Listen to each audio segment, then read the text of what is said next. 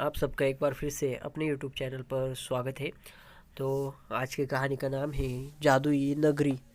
तो कहानी शुरू करने से पहले अगर किसी ने सब्सक्राइब नहीं किया हो चैनल को तो सब्सक्राइब कर ले और बेल आइकन को दबाएं और ऐसे ही कहानियाँ सुनने के लिए मेरे साथ बने रहिए।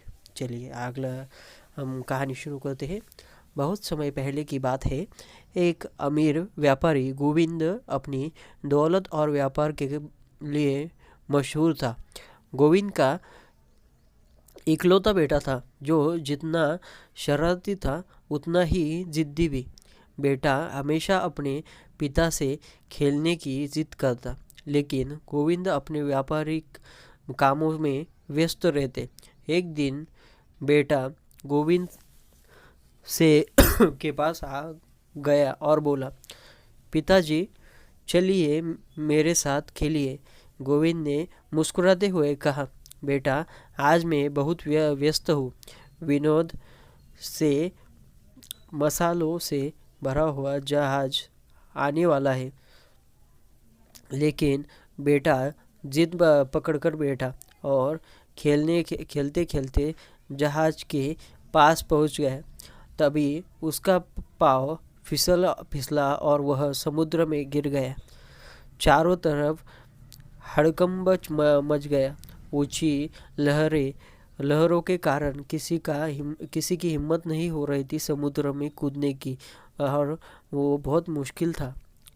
तभी गोविंद के एक वफादार दास ने अपनी जान की परवाह न करते हुए समुद्र में छलांग लगा दी और किसी तरह गोविंद के बेटे को बचाकर बाहर ले आए। गोविंद की खुशी का ठिकाना नहीं रहा। उसने दास से कहा, तुमने मेरे बेटे की जान बचाई है, जो चाहो मुझसे मांग लो। दास ने फिर सिर झुकाकर कहा, मालिक यह मेरा कर्तव्य था कि मुझे किसी इनाम की आवश्यकता नहीं है। लेकिन गोविंद ने उसे एक मसालों से भरा जहाज और विदेश व्यापार की अनुमति दे दी। दास अपनी नई यात्रा पर निकल पड़ा, लेकिन किस्मत को कुछ और ही मंजूर था। बीच समुद्र में एक भयानक तूफान आया। जहाज लहरों में फंस गया और सारे मसाले समुद्र में बह गए।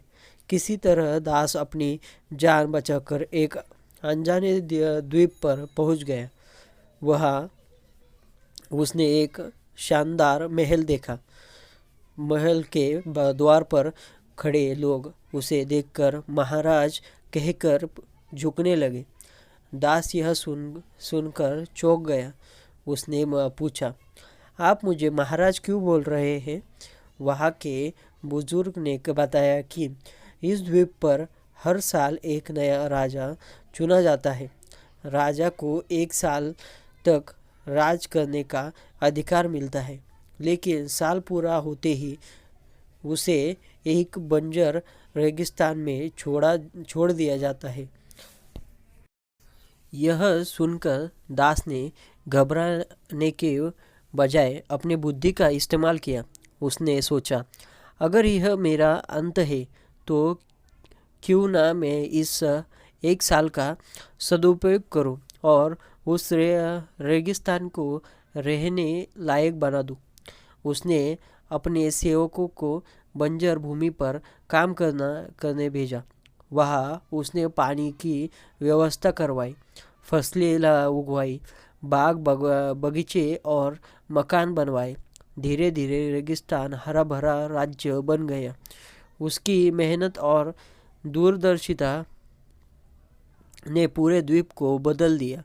1 साल बाद जब उसे रेगिस्तान में ले जाया गया तो वहाँ के लोग यह देखकर दंग हो गए कि जो जगह पहले बंजर थी वह अब एक संपन्न नगर बन चुकी थी। उनकी बुद्धिमानी से प्रभावित होकर प्रजा ने उसे हमेशा के लिए राजा बनाने का फैसला किया। वह दास जो कभी एक साधारण नौकर था, उसने अपनी मेहनत से समझदारी से बल पर एक महान राजा बन गया।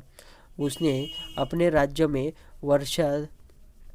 वर्षों तक सुख और शांति से शासन किया। इस कहानी से हमें क्या संदेश मिलता है कि बुद्धिमानी और मेहनत से हम अपनी परिस्थितियों को बदल सकते हैं। हर कठिनाई को अवसर में बदलने की ताकत हमेशा हाथों में होती है, हमारे हाथों में होती है।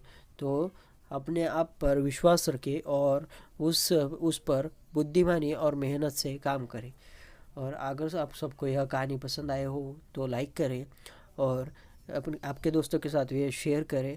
और ऐसे ही अच्छी कहानियाँ सुनने के लिए अपने चैनल को सब्सक्राइब करें। मैं अच्छी कहानियाँ लाते ही रहता हूँ यहाँ पे।